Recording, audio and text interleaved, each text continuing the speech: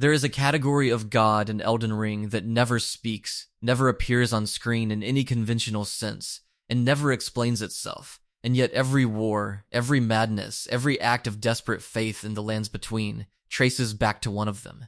They are called the Outer Gods, and this is the story of what they are, where they came from, and what they actually want.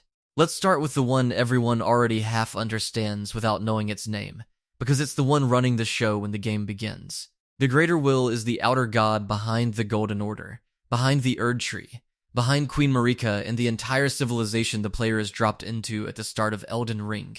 It's easy to mistake the Greater Will for something benevolent, mostly because its aesthetic is gold and green and its symbol is a tree that heals the sick and grants long life to those who serve it. But the Greater Will isn't a nice god. It's a controlling one, and the distinction matters more than almost anything else in this lore. The Greater Will's core doctrine, as far as anyone in the lands between can piece together, is that death itself is an aberration. Under the Golden Order, when someone dies, their soul doesn't get to rest or move on in any meaningful sense. It's harvested, funneled back into the Erd Tree, recycled into the cycle the tree sustains. This is why the setting is full of those who live in death, the undying, the accursed, all these people who cannot die properly no matter how badly they might want to. Death has been switched off for huge swathes of the population, not as a mercy, but because a god decided that death was untidy and needed to be managed. The Rune of Death, one of the great runes that made up the original Elden Ring, was physically removed from the world by Marika and given to Malekith to guard specifically so that this natural order could never reassert itself. That's not a passive act. That's an outer god, through its vessel, reaching into the fundamental architecture of reality and switching off an entire category of existence because it was inconvenient to its plans. What makes the Greater Will particularly unsettling once you sit with it is how absent it is even from its own religion. The Golden Order has priests, tenets, crusades, an entire social order built around obedience to the Golden Order, but nobody in that religion actually knows what the Greater Will wants beyond the broad strokes it dictated to Marika at the dawn of her rule. It selected her, plucked her essentially from Empyrean obscurity, because she was one of a small number of demigod-adjacent beings capable of channeling divine will directly.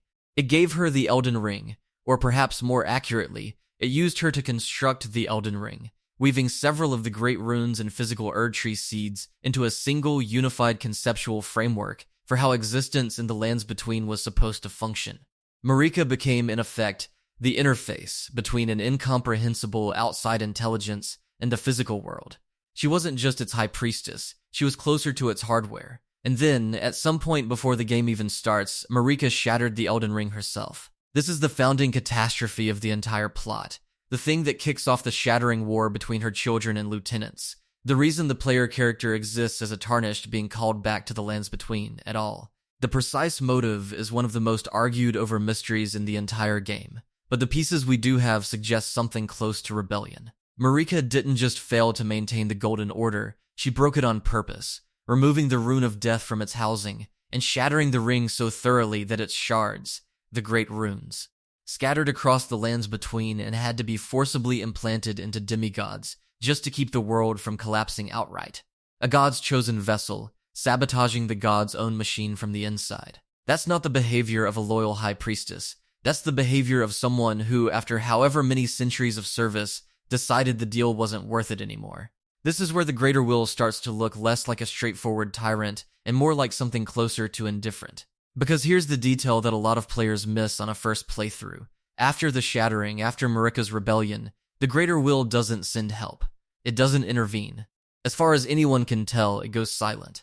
The being that once reached down and personally selected a mortal woman to serve as the linchpin of an entire civilizational order apparently has nothing to say about that civilization tearing itself apart in a war lasting generations. Some lore readings interpret this silence as evidence the Greater Will simply doesn't operate on a time scale or a value system where the suffering of individual mortals registers as urgent. It set its process in motion, and whether that process takes a decade or 1,000 years to stabilize again is to it immaterial. Other readings go further and suggest the Greater Will may have effectively abandoned the lands between the moment its chosen vessel broke faith, the way you might walk away from a machine that stopped doing what you built it to do. The player's own role in all of this is worth pausing on, because it reframes everything. The Tarnished were, at some point in the deep past, tarnished themselves, cast out of the lands between, stripped of grace, exiled specifically because the Greater Will decided they were no longer useful. Grace, that guiding golden light that leads the player from side of grace to side of grace throughout the game, is quite literally described as the will of the Greater Will made visible, made physical, an actual conduit of favor. When grace returns to the Tarnished at the start of the game, when the player character suddenly, after presumably centuries of exile, receives that golden light again and is called back across the sea, it's not a coincidence and it's not mercy, it's summons. The Greater Will needs the Elden Ring remade, needs someone to go do the violent, complicated work of collecting shards from demigods who have, in its absence, become drunk on their own fragment of power. And so it reaches back out to the very people it discarded, because they're the only tool left in the box.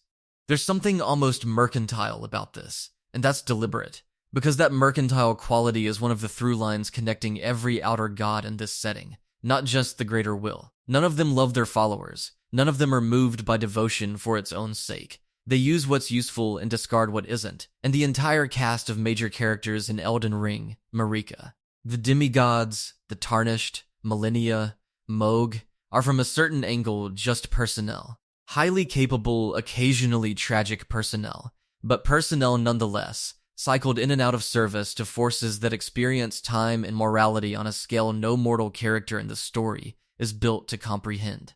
It's also worth addressing directly what the Greater Will actually is, physically, because the game does eventually show you, and it's stranger than most players expect walking in. The being most closely associated with representing the Greater Will's will directly in physical form is the Elden Beast, the final boss of the base game. It doesn't look like a war god or a king. It looks like something between a jellyfish, a chandelier, and a satellite dish, drifting and vast and utterly without a face you could read intent into. That design choice is not an accident. From Software and Hidetaka Miyazaki specifically have a long-running fascination with cosmic horror lineage. You can trace a direct aesthetic and thematic line from the Great Ones of Bloodborne straight through to the Outer Gods here. And the whole point of that lineage is that these beings are not supposed to read as gods in the classical anthropomorphic sense. They're supposed to read as something closer to natural forces or alien intelligences, wearing the trappings of religion, because that's the only vocabulary mortals have to describe something with that much power in that little regard. What the Greater Will actually wants, in the most reductive terms the lore will support, is order. Specifically an order defined by the negation of death, the elevation of a favored bloodline, and adherence to a rigid golden hierarchy that conveniently happens to keep its own instruments of control. The Erd Tree, the Golden Order, the collection and management of runes, running exactly as designed. Whether that constitutes good in any sense a mortal would recognize as left, quite deliberately unresolved, the game never lets you fully sympathize with the Greater Will, and never lets you fully condemn it either. It just leaves it there, silent and golden and enormous, having already decided the terms everyone else has to live inside. That silence is the thing to hold on to going forward, because every other outer god in this list is going to be defined, in one way or another, by what happens in the space the Greater Will leaves empty. Some rush in violently, some grow quietly in places the Golden Order can't reach. Some were arguably always there, waiting underneath everything, for the order above them to crack. Scarlet Rot is where that pattern starts to show most clearly, because unlike the Greater Will, this outer god isn't described as having built anything. It's described as having been sealed. That single distinction changes the entire character of what Rot represents in this world, and it's worth sitting with before getting into how it manifests. Because the implication is that Rot predates the Golden Order entirely. It isn't a rival power that rose up in opposition to Marika's civilization. It's older than that. Something the world's earlier custodians looked at, decided was too dangerous to let operate freely, and locked away. Which raises the obvious and slightly uncomfortable question of who exactly had the authority to seal away a god, and what that says about the balance of power in the lands between, before any of the story the player experiences even begins. The clearest textual evidence for this comes from an item called the Blue Dancer Charm, which recounts in the fragmentary, deniable way this game always handles its lore, a tale of an ancient god that was Rot itself, sealed away by unspecified forces. It's a short description, A few lines on a talisman most players will equip once and never think about again. And yet it's one of the load-bearing pieces of the entire rot mythos, because it tells you that rot isn't a corruption of something else, isn't a disease that mutated out of ordinary biology the way it might function in a more grounded fantasy setting. It's a divine principle in its own right, with its own agenda, its own priesthood eventually, and its own physical manifestations scattered throughout the world's more diseased and overgrown corners. The most direct in-game articulation of what rot actually is, philosophically, comes from a character named Gowry, an old man the player finds obsessively studying Millennia's condition in the depths of Caelid. Gowry describes an order of rot, a competing cosmology to the Golden Order that reframes decay not as an ending but as a kind of endlessly recurring rebirth. The idea that death and decomposition aren't the opposite of life, but a necessary phase of it, one the Golden Order's entire project of eliminating death has been suppressing and denying. It's a genuinely coherent piece of theology, which is part of what makes Rot such an unusually sympathetic outer god compared to some of the others on this list. There's an ecological logic to it. Things die, they decompose, the nutrients return to the soil, new things grow. Rot, in this reading, isn't malevolent so much as it's the natural order the Golden Order specifically exists to prevent, which retroactively reframes the Golden Order's entire war on death as a kind of civilizational scale denial of an uncomfortable biological truth. Of course, in practice, Scarlet Rot in the game is depicted almost entirely as horror. The swamps it creates are some of the most punishing, hazardous terrain in the entire map. Characters afflicted by it don't get some poetic, gentle transition into a new cycle of life. They rot, visibly, in real time, losing limbs, losing minds, becoming the withered. Screaming Rot touched enemies the player fights throughout Caelid, and later Shadow of the Erdtree's Skadu Altus region. Whatever philosophical justification Gowry can articulate for rot as a natural process, the lived experience of it within the story is agony. That contradiction is the point. This is a recurring feature of every outer god in this setting, a theological or cosmic logic that sounds almost defensible in the abstract, paired with a physical reality that is uniformly catastrophic for whoever actually encounters it. The gods are not cruel for cruelty's sake. They're simply operating on a scale where mortal suffering isn't weighted the same as it is for the mortals doing the suffering. Malenia, Blade of Maquella, is the character who makes Rot's mythology legible to the player, because she's the one who lives it. Born with Scarlet Rot already inside her, an affliction that would, left unchecked, have consumed her entirely. Malenia is trained by a mysterious blind swordsman, later identifiable as Bernal or possibly other figures depending on which reading you favor, though the game keeps this deliberately vague, and techniques to hold the rot at bay. For most of her life this works. She becomes one of the finest warriors in the setting specifically because she has to be. Her body is a battlefield between her own will and a divine infection, and the discipline that produces is what makes her, eventually, Malenia the Severed, unbeaten in battle. That epithet matters. It's not empty praise. Prior to the player's fight with her, Malenia genuinely has no recorded defeats, and the game frames this less as a boast and more as an ominous warning about what the player is about to walk into. The battle with General Radon is the moment everything changes, both narratively and thematically. Malenia, in a fight the game only ever shows you in flashback and implication, loses control of the rot she has spent her entire life suppressing. It floods outward, consuming Radon, who survives, but in a horrifically diminished state, driven half-mad and physically altered by the infection, and it saturates the region around them so thoroughly that it creates the Swamp of Ionia, an entire ecosystem scale wound that persists as a hazardous area for the player to traverse hundreds of years later. This is Rot's clearest demonstration of scale in the entire game. A single loss of control from a single afflicted individual reshapes a region's geography permanently. It's not subtle divine influence working through generations of priesthood the way the greater will operates. It's closer to a natural disaster wearing the shape of a person. What happens to Malenia afterward is the detail that elevates her from tragic victim to something closer to willing. If reluctant Avatar, in her boss fight, upon losing her first phase, Malenia doesn't simply die or retreat, she transforms, becoming, quite literally and quite visibly, the goddess of rot. Wings unfurl. Scarlet Ionia blooms around her. The fight's second phase is her ascended, empowered by the very affliction she spent her life fighting, now fully unleashed rather than restrained. It's worth noting, and it's noted directly in item descriptions and community consensus alike, that Millennia doesn't want this. She's described elsewhere as having left the Golden Order specifically to seek a cure for rot rather than embrace it, working alongside her twin brother Miquella toward that end, and the emergence of unalloyed gold, the substance behind the unalloyed gold needle, one of the only things in the game explicitly capable of resisting Outer God influence, is a direct product of that search. She is, in other words, an Outer God's chosen champion, who spent her entire conscious life trying to escape that role, only to have her body override her will at the exact moment the stakes were highest. That's about as bleak a character arc as this game offers, and this game offers a lot of bleak character arcs. The unresolved question sitting underneath all of this, the one the game never definitively answers, and which the community has spent years arguing over without consensus, is what the Order of Rot actually wants beyond the propagation of rot itself. Unlike the Greater Will, which has an articulated vision involving death's elimination in a golden hierarchy, Rot's endgame is murkier. Some read it as fundamentally cyclical and even generative, pointing to the theology Gowry describes about decay birthing new life.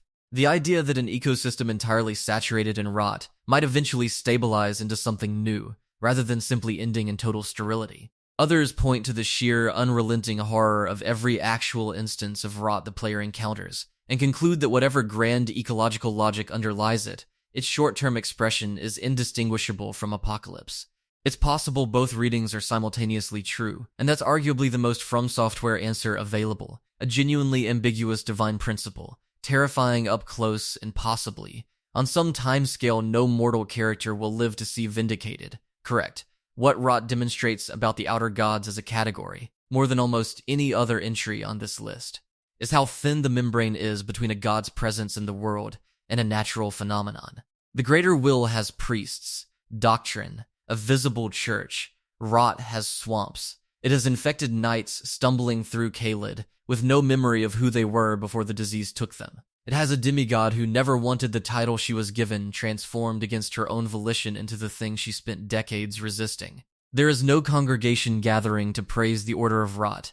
There is only the slow, patient, horrifying spread of an idea that predates the entire civilization the player has been dropped into, waiting in the ground, waiting in sealed places, for whatever conditions eventually let it back out. If rot represents the Outer Gods as slow, patient, almost geological in how they operate, the Frenzied Flame is the opposite in every conceivable way.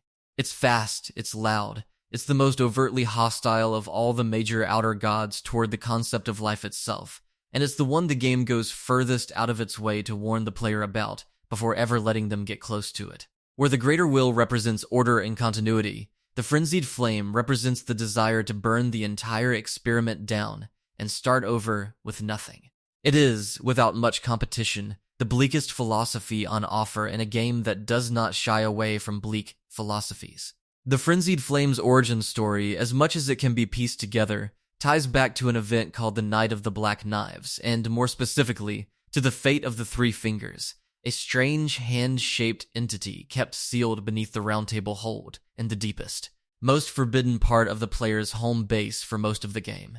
The Three Fingers are heavily implied to be, or to at least directly channel, the Frenzied Flame itself, in much the same way the Elden Beast channels the Greater Will.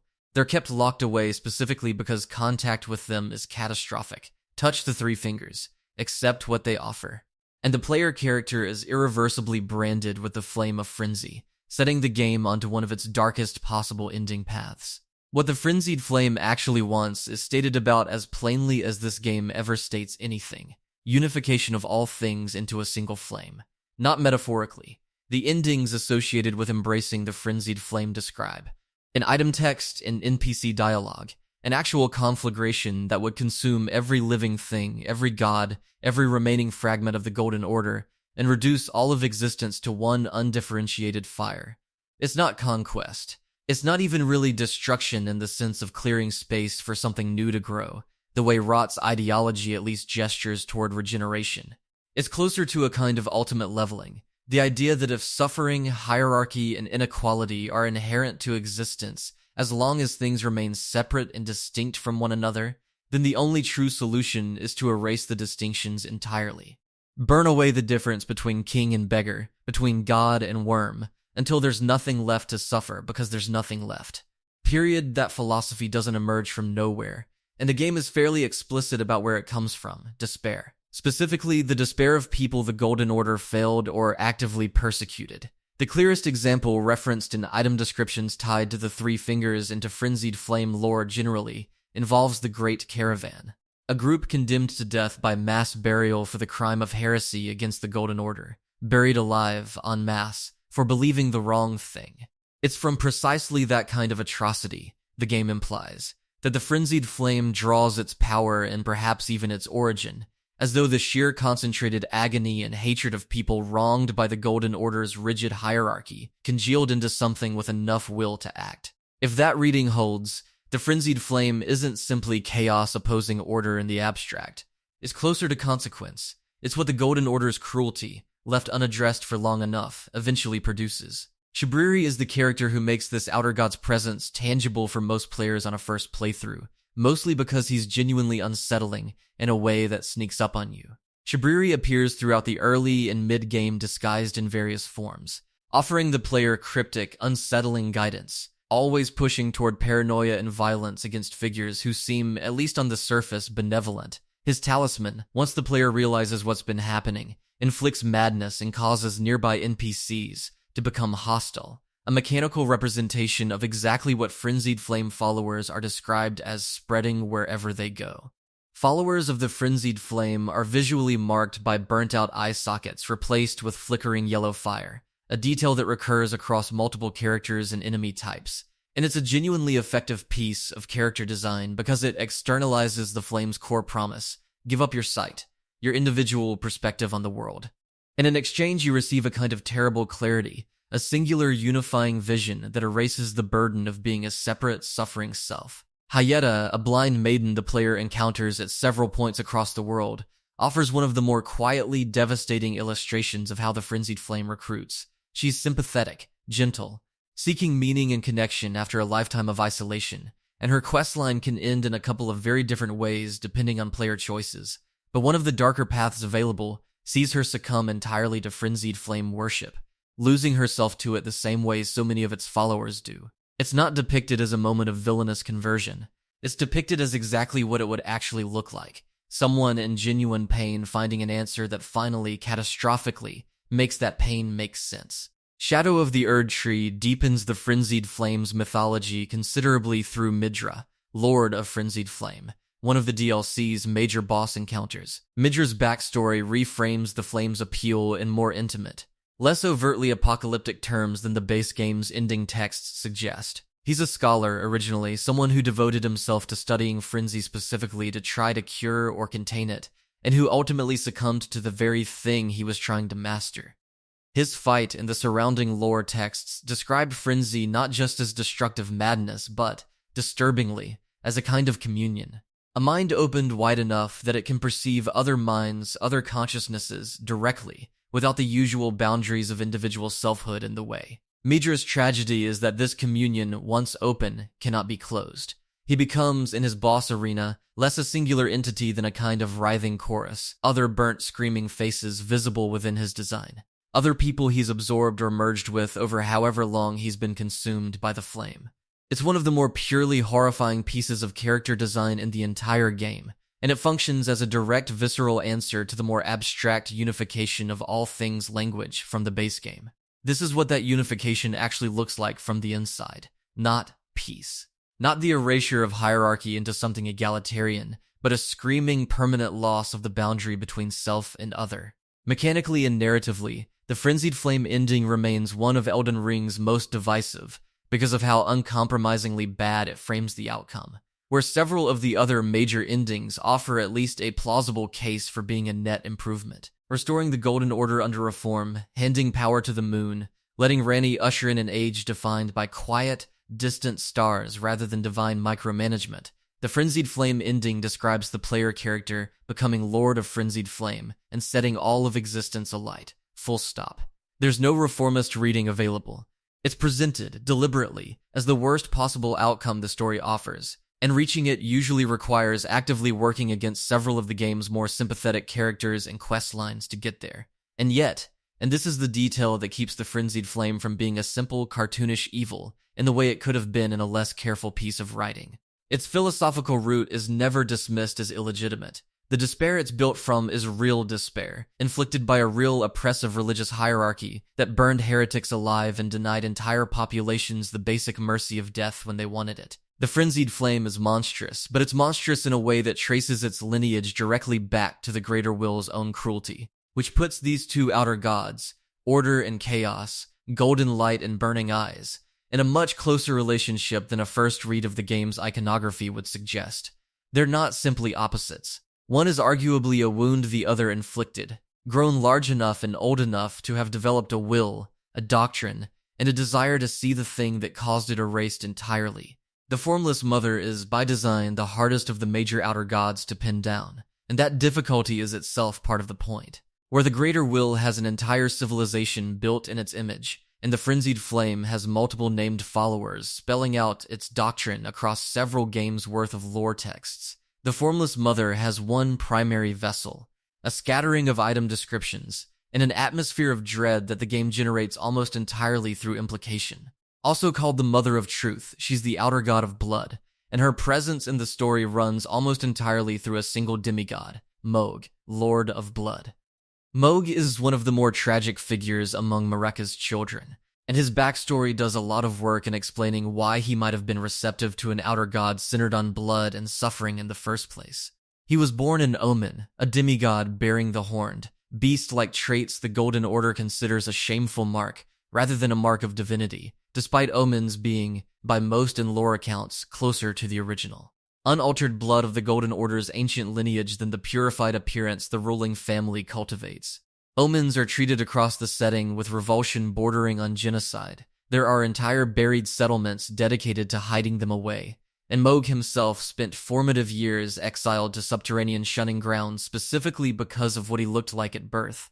A god that offers power, purpose, and elevation to someone treated that cruelly by the official order of things is going to find a receptive audience, and that's more or less exactly what happens. The clearest physical description we get of contact between Mohg and the Formless Mother comes from lore surrounding his boss arena and item descriptions tied to his questline. He descends, apparently, into some deep hidden place beneath the earth and stands before her directly. What follows is described in a way that's deliberately hard to visualize cleanly. His own cursed blood, the blood that marks him as Omen kin, bursts into flame in her presence, which is where the specific incantation school of blood flame originates. It's a strange, almost alchemical transformation. The very trait that got him despised and exiled becomes, through contact with this outer god, a weapon and a source of power. Bloodflame sorceries and incantations recur throughout Mohg's boss fight and his surrounding lore, tying his combat identity directly and inextricably to hers. What makes Mohg's arc within this framework so unsettling isn't really his own ambition, it's what he does to his half-brother Miquella.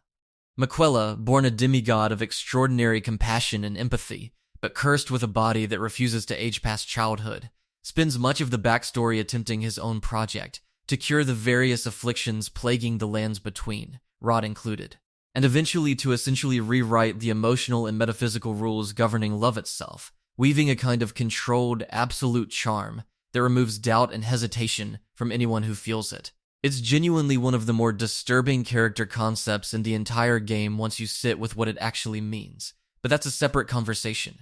What matters here is that Mohg, apparently under the Formless Mother's influence, or at minimum in service of his own plans to elevate Miquella to full godhood at his side, kidnaps his own brother's dormant body and drags it down into his subterranean domain in the Mohgwyn Palace, intending to consecrate him there, to use him as the vessel for an entirely new order of existence with the two of them, god and consort, ruling over whatever comes next. The imagery From Software builds around this, Miquella's cocoon suspended above a lake of literal blood, the Mohgwyn dynasty's entire aesthetic built from crimson, ritual, and violence, establishes the Formless Mother's domain as something closer to a fully separate cosmology operating in the shadows beneath the Golden Order's world, rather than a rival force competing openly for the same territory.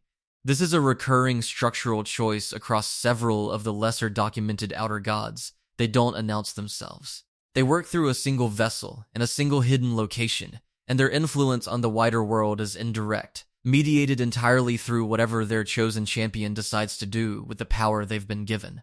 There's a persistent theory in the game's community, never confirmed but consistently plausible given the surrounding evidence, that the Formless Mother connects somehow to the Blood Star, referenced obliquely in a handful of item descriptions elsewhere in the game. The idea being that several of these deeper cosmic threads, the blood iconography, certain star and void motifs scattered through more esoteric equipment, might all trace back to a single entity described under different names by different, incomplete traditions across the lands between's long and deliberately fragmented history. It's the kind of theory that's impossible to prove definitively with the evidence available, which is itself very true to how this particular outer god is written. She doesn't get a tidy, singular symbol the way the Greater Will gets the golden tree or the frenzied flame gets burning eyes.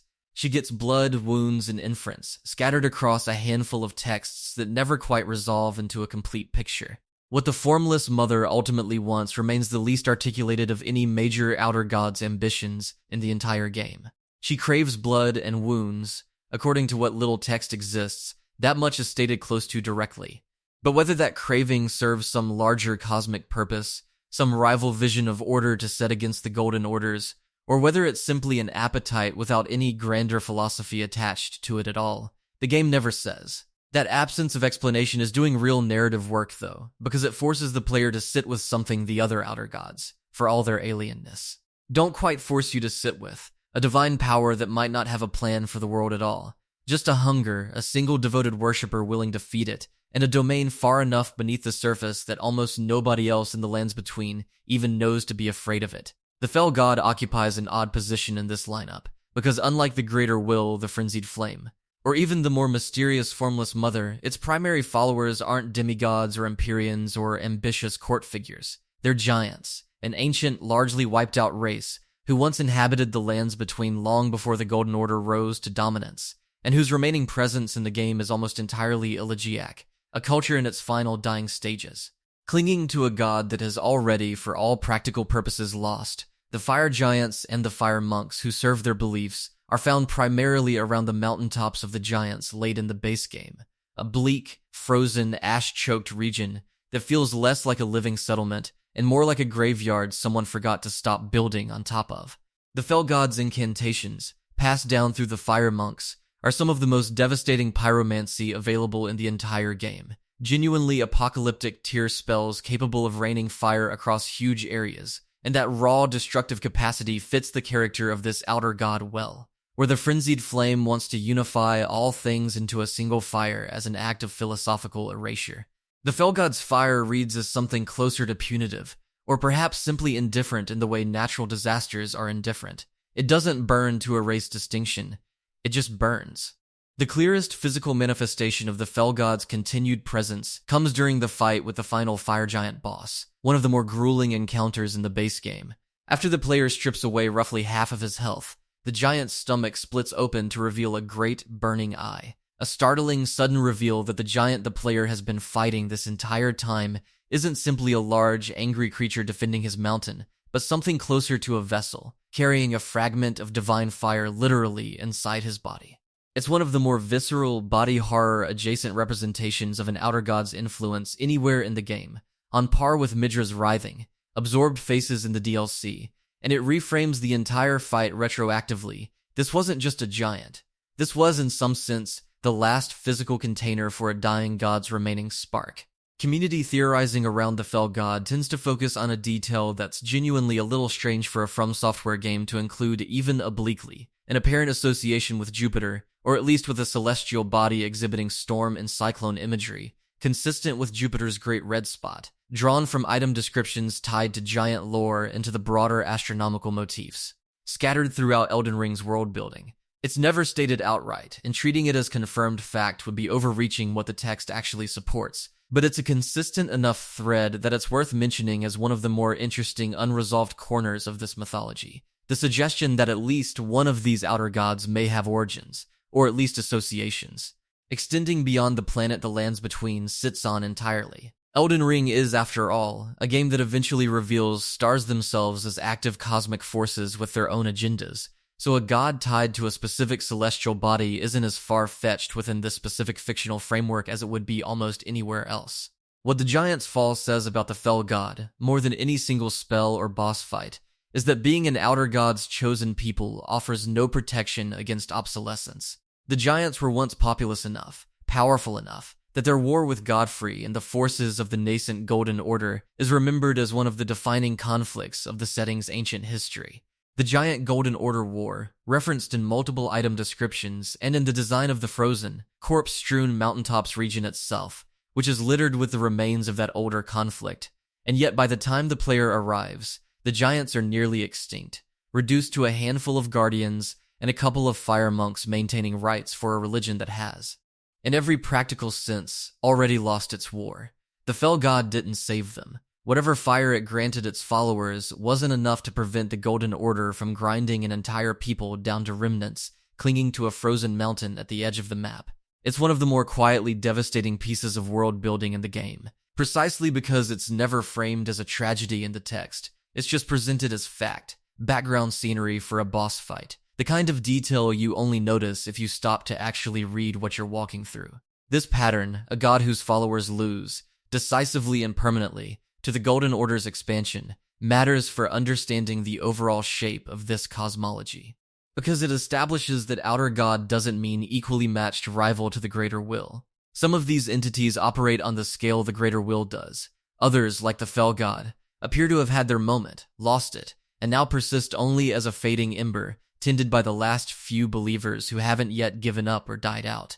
It's a reminder that whatever cosmic tier these beings occupy relative to mortals, they're not immune to failure, decline, or the slow grinding erosion of history, the same way any mortal empire is.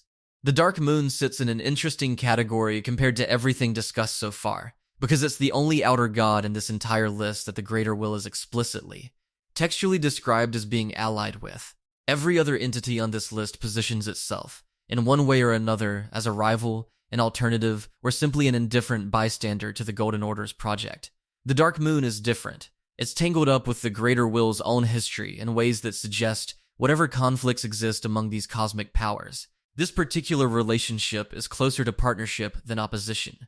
Ranni the Witch, Empyrean and daughter of Renala and Radagon, is the character whose entire arc runs through this outer god, and understanding the Dark Moon requires understanding what Ranni did with her own body long before the player ever meets her. As a child, Ranni was led by her mother to witness the Dark Moon directly, an encounter the game describes as cold and veiled in occult mystery, the kind of formative experience that reshapes a person's entire relationship to power and fate. Later, rather than accept the destiny the Greater Will apparently had planned for her, becoming a vessel much like Marika, tied to the Elden Ring's continued function, Ranni orchestrated her own death. She had her original body killed during the Night of the Black Knives, the same incident tangled up with the Frenzied Flame's origins, and transferred herself into the body of a doll instead, severing her connection to the fate the Greater Will had apparently mapped out for her. It's one of the boldest acts of divine rebellion in the entire game, arguably more calculated and more successful than Marika's own shattering of the Elden Ring, because Ranni's rebellion actually achieves what it sets out to do. The endgame of Ranni's questline, assuming the player sees it through, results in an ending where Ranni becomes the new Elden Lord in a sense distinct from every other ending path, not by ruling in the traditional sense, but by ushering in what the game calls the Age of Stars, a future defined by distance, quiet, and the withdrawal of divine micromanagement rather than its intensification.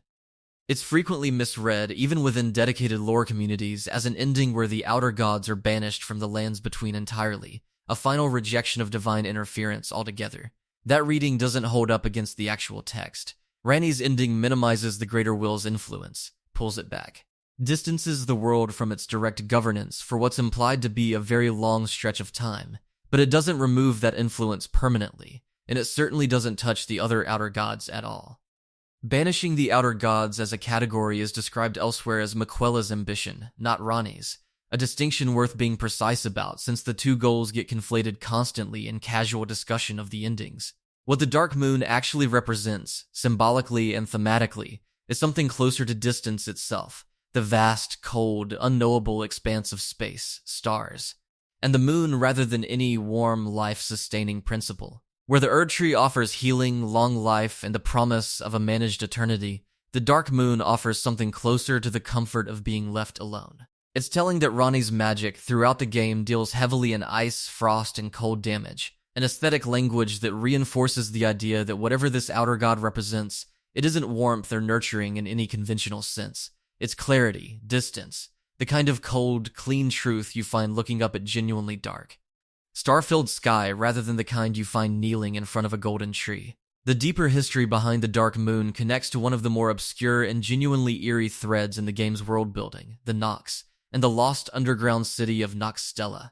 The Nox were, in the deep past, worshippers of a black moon that guided what the game's item texts describe as countless stars, implying the Nox had some kind of privileged relationship with the cosmos itself, a civilization oriented not toward the Erdtree's golden light, but toward the sky, or at least toward whatever lies beyond it.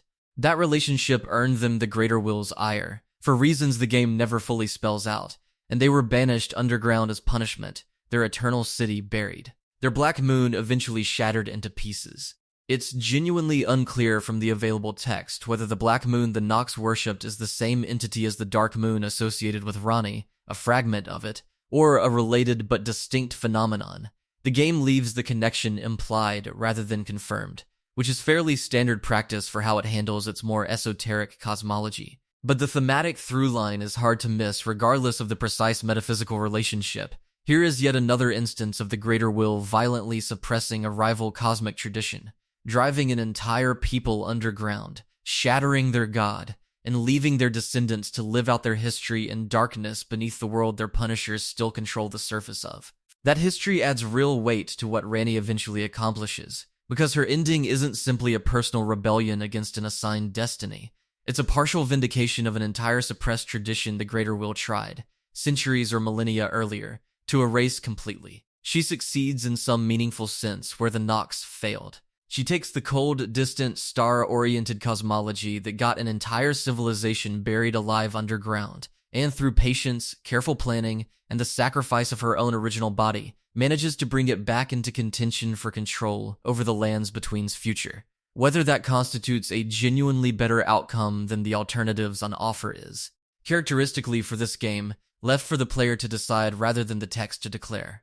What's less ambiguous is that the Dark Moon, unlike almost every other outer god discussed here, represents an idea that was defeated once already, and is, through Ranni, finally getting a second chance. Before any of the gods discussed so far take their current shape, there was, according to the game's deepest layer of item text, an outer god of death, a power that governed the lands between in what the game frames as an earlier age entirely, before the Erdtree, before Marika, before the Golden Order had anything resembling its current form. This is arguably the oldest confirmed layer of divine influence in the setting's entire history, and its near total erasure from the world the player actually walks through says almost as much about the Golden Order's methods as anything the game states directly. The evidence for this older god comes primarily through the Deathbirds, a recurring boss enemy scattered across the map in isolated, often unsettling locations, cliffs, graveyards, moonlit clearings far from any settlement. Item descriptions tied to the Deathbirds describe them as the offspring of an entity called the Twin Bird, itself an envoy of this older outer god of death, and they're tied to a specific evocative piece of world building. In the time before the Erdtree existed, death itself was handled through something called Ghost Flame, and the Deathbirds served as keepers of that fire, raking the ashen remains of the deceased from what the text calls their kiln. It's a genuinely striking image once you sit with it, an entire prior civilizational order built around ritually burning the dead, tending that flame the way a groundskeeper tends a graveyard, presided over by bird-like psychopomps whose entire purpose was managing the transition between life and whatever came after it. That system is notably the direct opposite of everything the Golden Order stands for, where the Greater Will's civilization treats death as an aberration to be prevented, hoarded against, recycled back into an eternal tree rather than allowed to conclude naturally. The older Death God's order apparently accepted death as a fixed, necessary transition, one that required careful ritual tending rather than outright abolition. The ghost flame described in Deathbird lore produces, according to the item texts, vengeful spirits rising from the cinders of the dead, which suggests this wasn't a gentle, painless system either, but it was, crucially, a system that let death actually happen, rather than one engineered specifically to prevent it from ever concluding.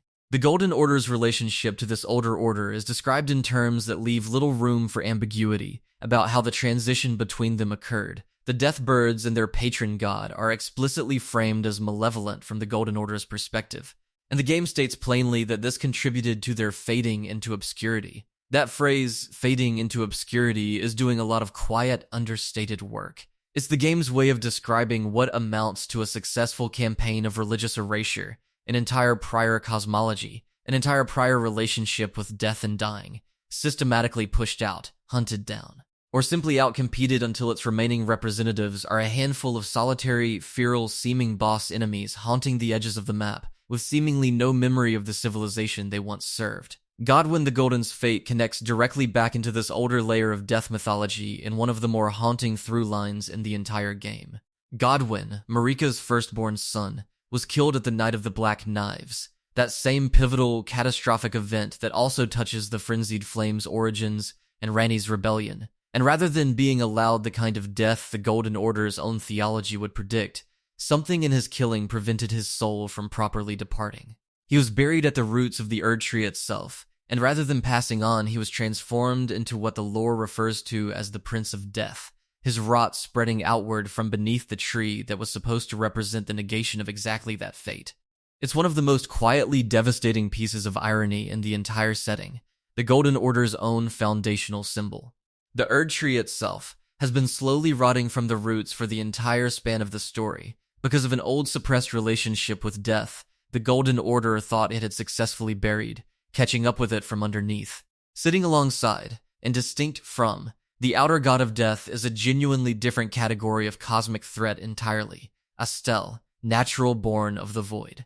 One of the strangest and most purely alien boss encounters From Software has ever designed. Astel isn't described in any of the game's texts as an outer god in the same sense as the Greater Will or the Frenzied Flame. It's something else, a malformed star, according to its own remembrance item, formed from debris coalescing far beyond the lands between, within what the text specifically calls the Greater Will's lightless abyss. That phrasing is worth pausing on, because it implies something genuinely unsettling about scale. The space beyond the lands between, the literal void between stars, is described as belonging to the Greater Will in some sense, or at least existing under its purview, which reframes the Greater Will's domain as considerably larger than the single civilization the player spends the entire game inside. Astel's rule in the ancient history of the setting is one of pure, indiscriminate destruction. Long before the game's present, it fell from that void as what the text calls a falling star of ill omen, and it assaulted the underground eternal cities. Nokron and Noxtella among them, the same cities tied to the Nox and their black moon worship, with a barrage of meteors, sealing them away underground, permanently cut off from what the game calls the true night sky. It's genuinely unclear, and the game never resolves this, whether Astel was sent deliberately by the Greater Will as an instrument of punishment against the star-worshipping Nox, or whether it simply fell on its own, a natural cosmic disaster that happened to strike a civilization the Greater Will already had reason to resent. Both readings are supported by different pieces of evidence, and the ambiguity feels deliberate rather than accidental, a reminder that not every catastrophe in this world needs a clean, legible divine motive behind it, even in a setting this saturated with active, scheming gods. What Astel demonstrates, more than any confirmed motive or grand cosmic scheme, is the sheer scale of what exists beyond the outer gods discussed so far. If the Greater Will, the Frenzied Flame, Rot, the Formless Mother, the Fell God, and the Dark Moon represent the major competing philosophies actively shaping the lands between's present, Astel represents something closer to backdrop. An indication that the universe this story takes place in is populated by forces that don't even rise to the level of having a coherent philosophy at all. That simply exist, drift, fall, and destroy, indifferent even to the indifference the confirmed outer gods already display toward mortal suffering. It's cosmic horror and close to its purest form, a threat with no comprehensible motive, encountered in total isolation, defeated by the player without ever once being explained. Everything covered so far describes gods who already existed, already had followers, already had doctrines competing for dominance over the lands between, long before the player ever arrives. Shadow of the Erd Tree introduces something genuinely different into this cosmology, and it comes not from another outer god, but from a demigod's attempt to escape the entire system these gods have built.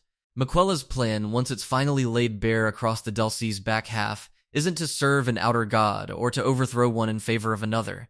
It's to become one himself, on terms he controls entirely, and in doing so to remove the outer gods from the equation altogether.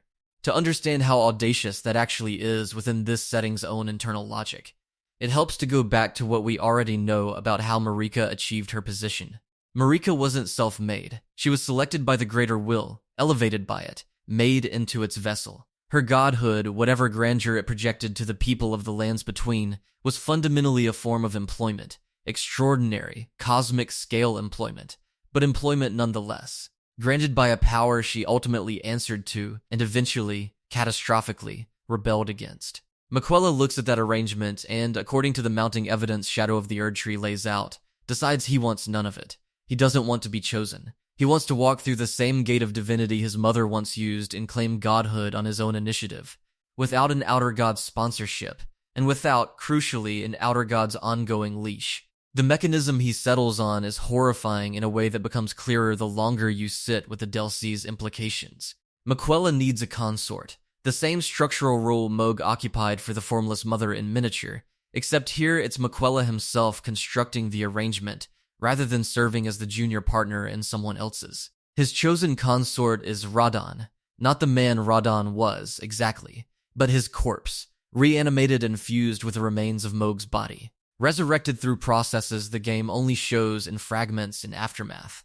And layered underneath that resurrection is Mequella's charm magic, the same compulsion-based enchantment that recurs throughout his lore, which raises an uncomfortable question the Dilk never fully resolves, whether Radahn, brought back this way, is capable of consenting to any of it, or whether his devotion is simply another instance of Mequella's magic, doing exactly what it's designed to do, removing hesitation and doubt from anyone it touches.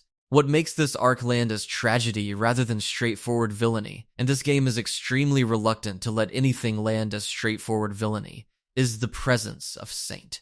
Trina, revealed across item texts and a hidden late-game encounter to be not a separate deity at all, but the other half of Mequella himself. The parallel to Marika and Radagon is deliberate and explicit.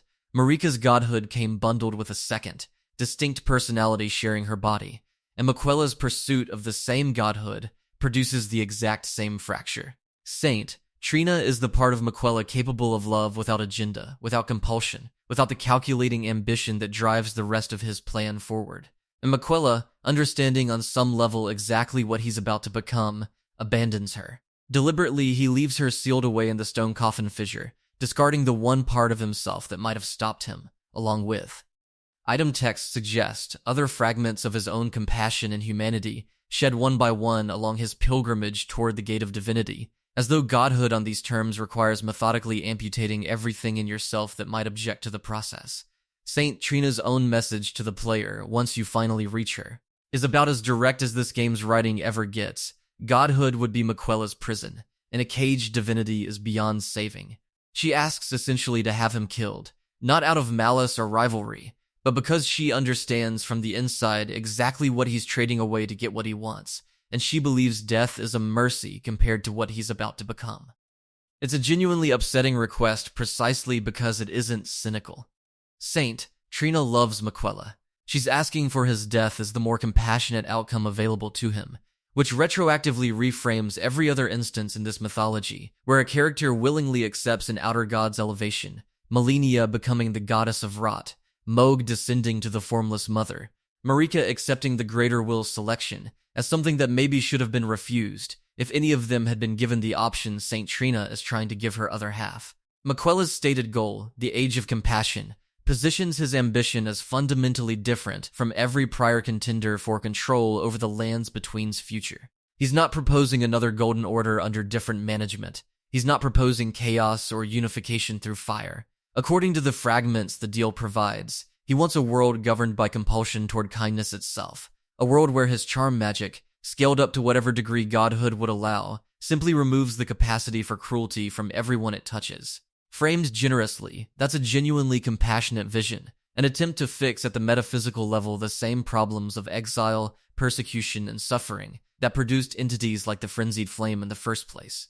Framed less generously, and the game leaves both framings available, It's the most totalizing form of control any figure in this entire cosmology has proposed. Not golden hierarchy, not annihilating fire, but the actual, forcible removal of free will from an entire population, administered by a god who has already demonstrated in the process of getting there. Exactly how willing he is to override the consent of everyone around him, up to and including the person he loves most. Whether Miquella's project genuinely represents an escape from the Outer Gods system, or simply a new entrant into it wearing a kinder face, is left unresolved by design.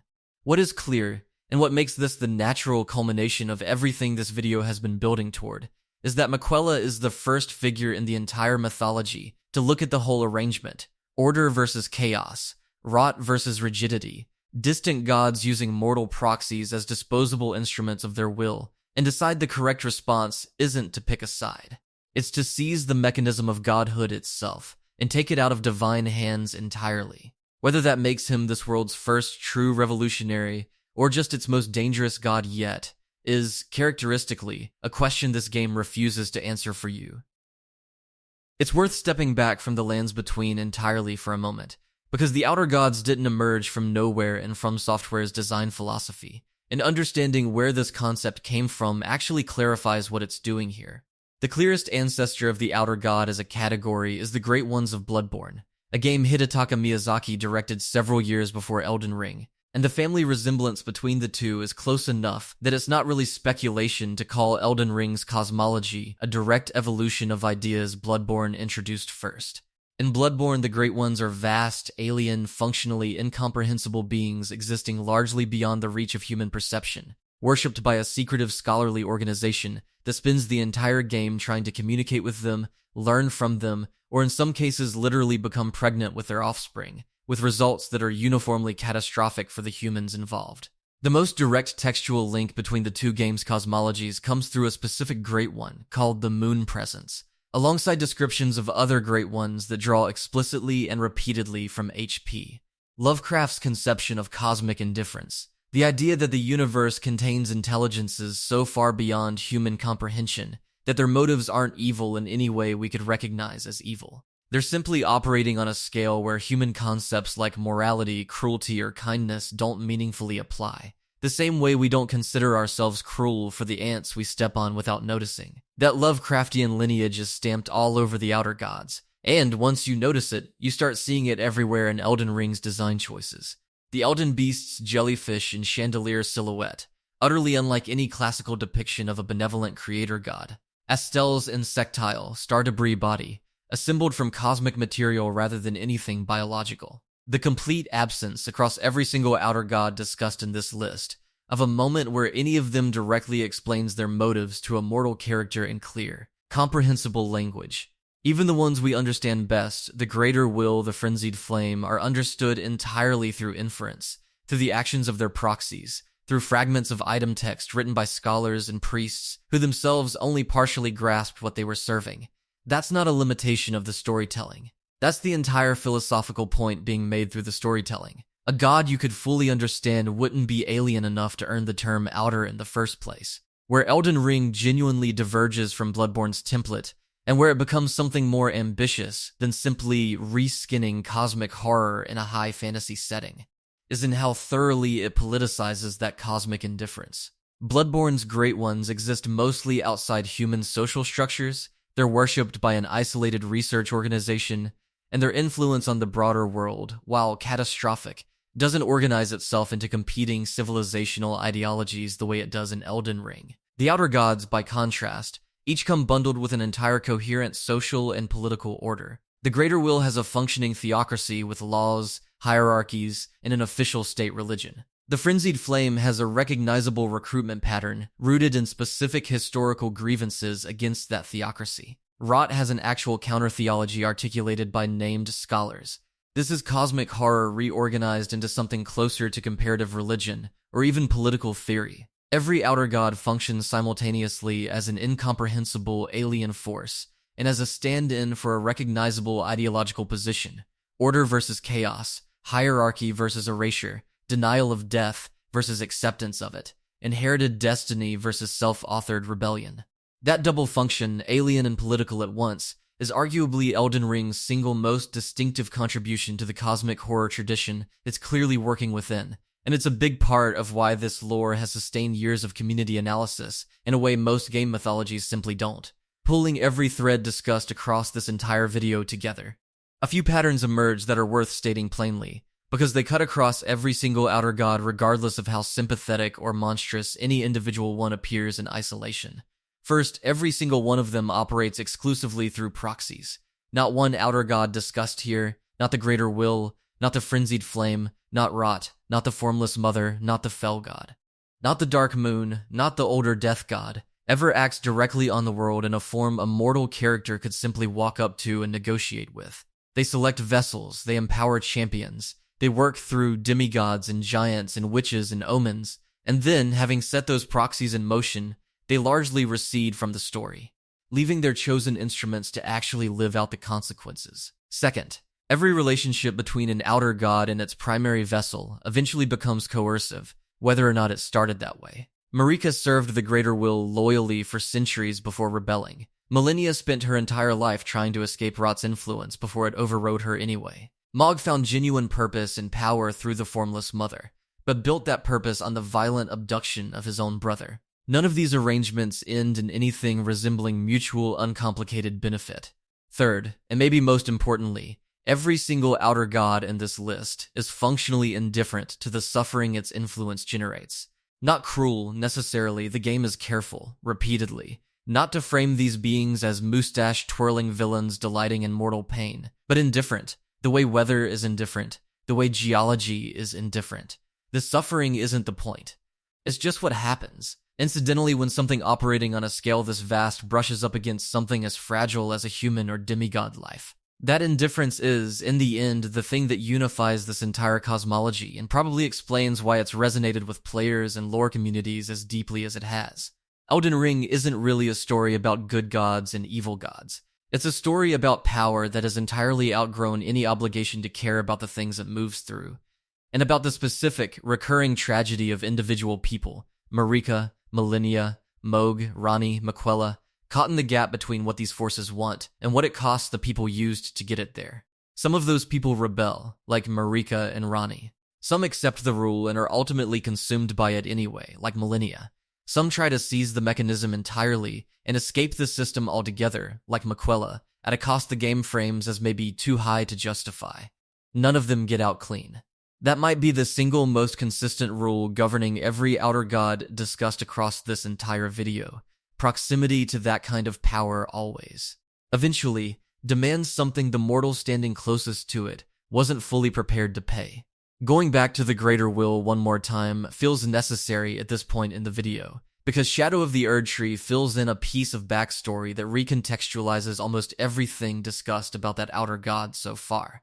And it's the kind of revelation that genuinely changes how you read Marika's entire character in retrospect. Before she was Queen Marika the Eternal, before the Golden Order, before the Elden Ring existed in any form, Marika was a shaman belonging to a people called the Numen, living in a small, unassuming settlement called the Shaman Village, tucked away in what would eventually become the Land of Shadow. She wasn't born into power. She wasn't even born into the lands between proper. She was, in the most literal sense available in this game's storytelling, a nobody from an oppressed minor culture in a corner of the map most players never even knew existed until the Dilk opened it up.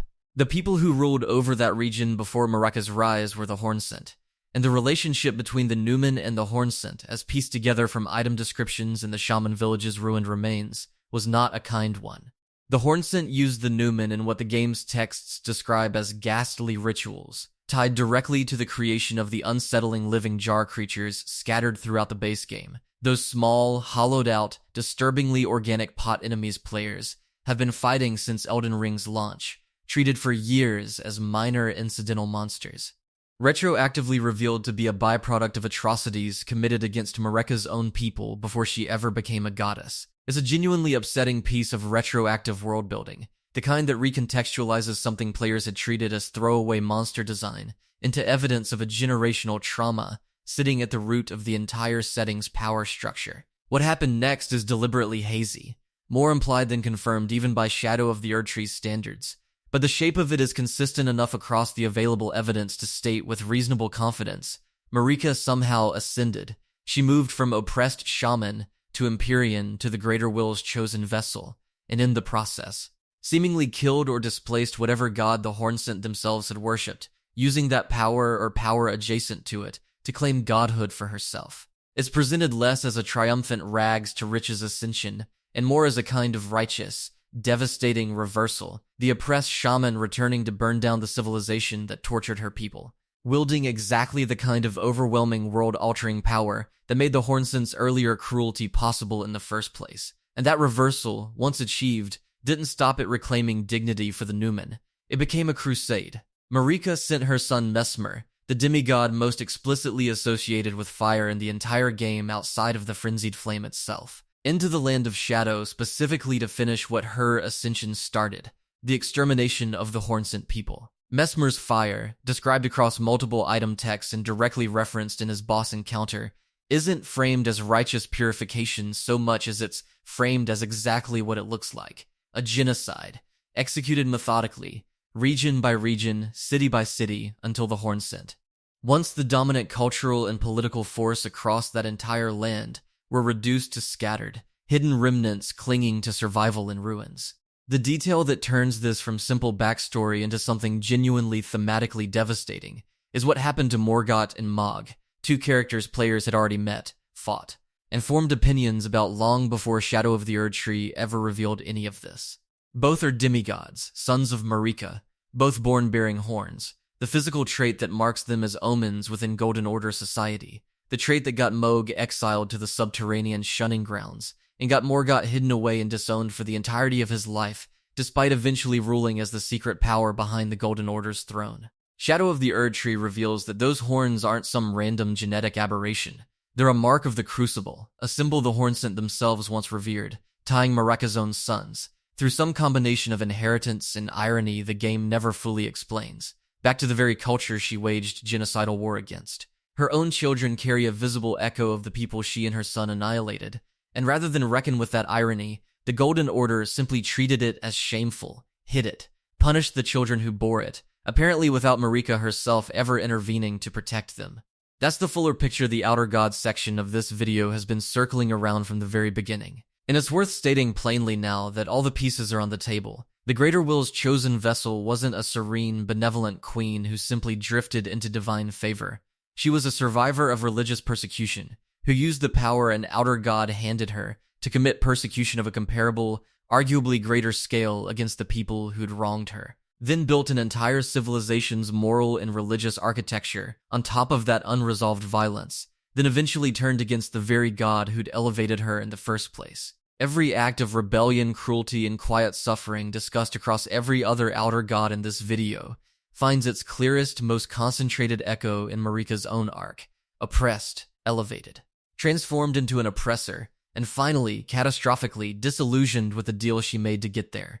Whatever the Greater Will's actual ultimate agenda for the lands between turns out to be, it built its entire earthly project on top of exactly the kind of raw, personal grievance that, in every other corner of this mythology, tends to produce gods of madness and fire rather than gods of Golden Order. Marika might be the clearest proof in the entire game that the line between the two was never as stable as the Golden Order's own propaganda wanted anyone to believe.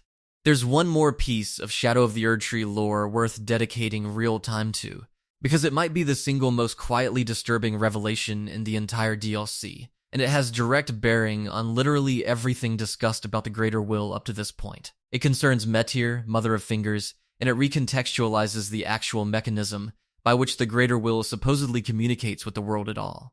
Metyr, according to her own remembrance item, was the brilliant daughter of the Greater Will, and the first of all stars to fall upon the lands between, language that immediately places her in a category adjacent to Estelle, another starborn entity, though her role and origin are entirely different.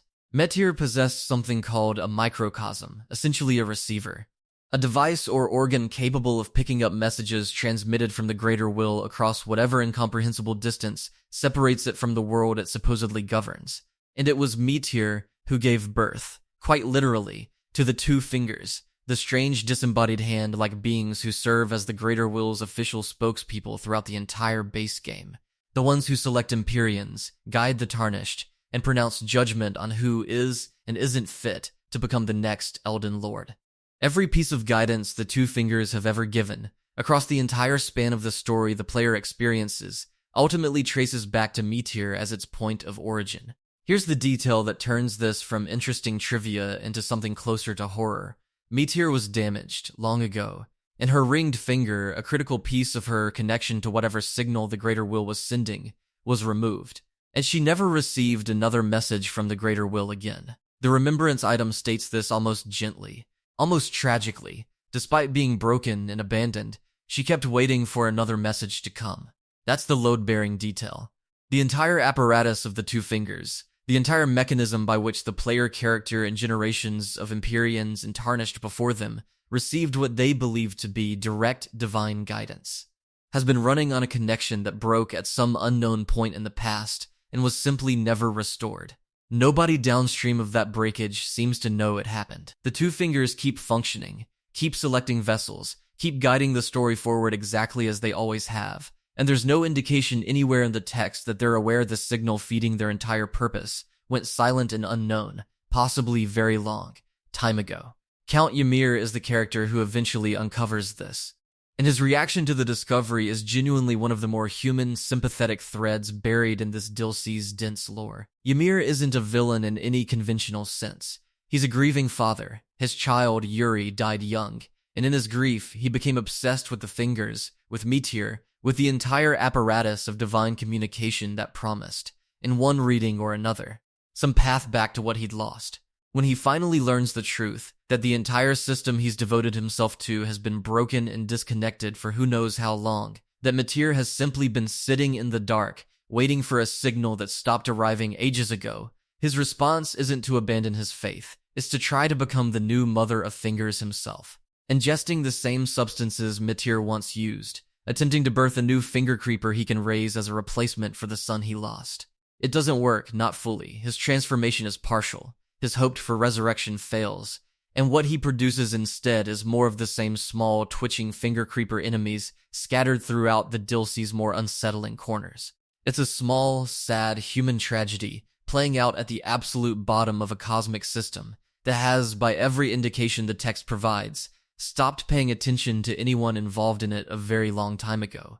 Sit with the implications of that for a moment, because they ripple backward through this entire video. If Meteor's connection to the Greater Will broke long ago and was never restored, then every act of guidance attributed to the Two Fingers since that break, every Empyrean selected, every Tarnished summoned back across the sea, quite possibly including the player character's own call to adventure at the very start of the game, may not actually be coming from the Greater Will at all. It might be the Two Fingers operating on inertia, on inherited protocol, doing what they've always done because that's what they were built to do, with no one actually receiving their reports anymore, no one actually issuing new instructions. The entire golden apparatus of the Golden Order's divine mandate running on the equivalent of a deadline that everyone downstream still assumes is live.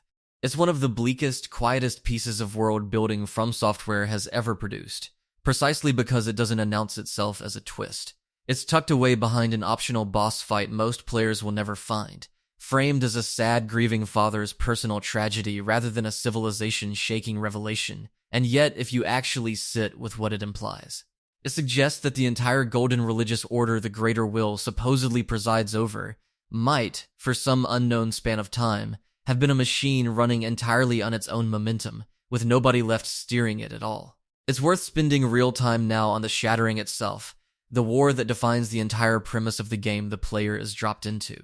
Because up to this point in the video, it's mostly been referenced as backdrop, the catastrophe that happened before the story starts, the reason the world is broken. But the shattering is, in its own right, the clearest demonstration available anywhere in this mythology of what happens when an outer god's chosen instrument breaks, and nobody steps in to fix the resulting damage. It's the practical, on-the-ground consequence of everything discussed about the Greater Will's silence, and understanding its shape helps make sense of just about every major character the player encounters across the entire base game. When Marika shattered the Elden Ring, she didn't just remove the Rune of Death and set the pieces adrift in some abstract, symbolic sense. The Great Runes, the physical, tangible fragments of that shattered whole, ended up lodged in specific demigods, her own children among them, warping and empowering each of them according to whatever aspect of the ring's original unified function they happen to carry. This is why the demigods the player fights throughout the base game aren't simply powerful bosses guarding territory. They're walking fragments of a broken god machine, each one twisted by their piece of it into something distinct from what they were before, and each one convinced to varying degrees that their fragment entitles them to inherit the whole. Godric the Grafted, the very first demigod boss most players encounter, demonstrates this warping about as literally as the game's imagery allows.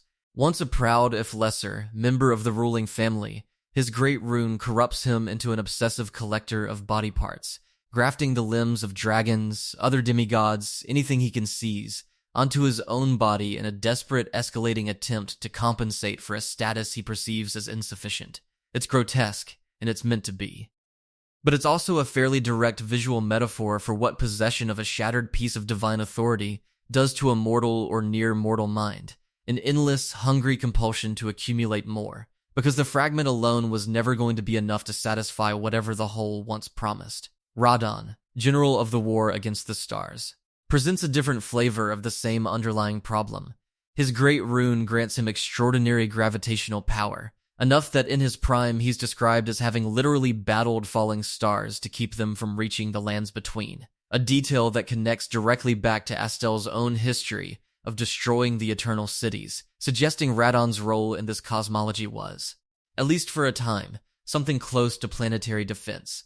But by the time the player encounters him, decades of prolonged warfare and the horror of his encounter with Millennia's unleashed rot have left him a withered, half-mad shell, tethered to his own decaying horse, presiding over a festival that's really just a slow, communal vigil for a hero who's already effectively gone.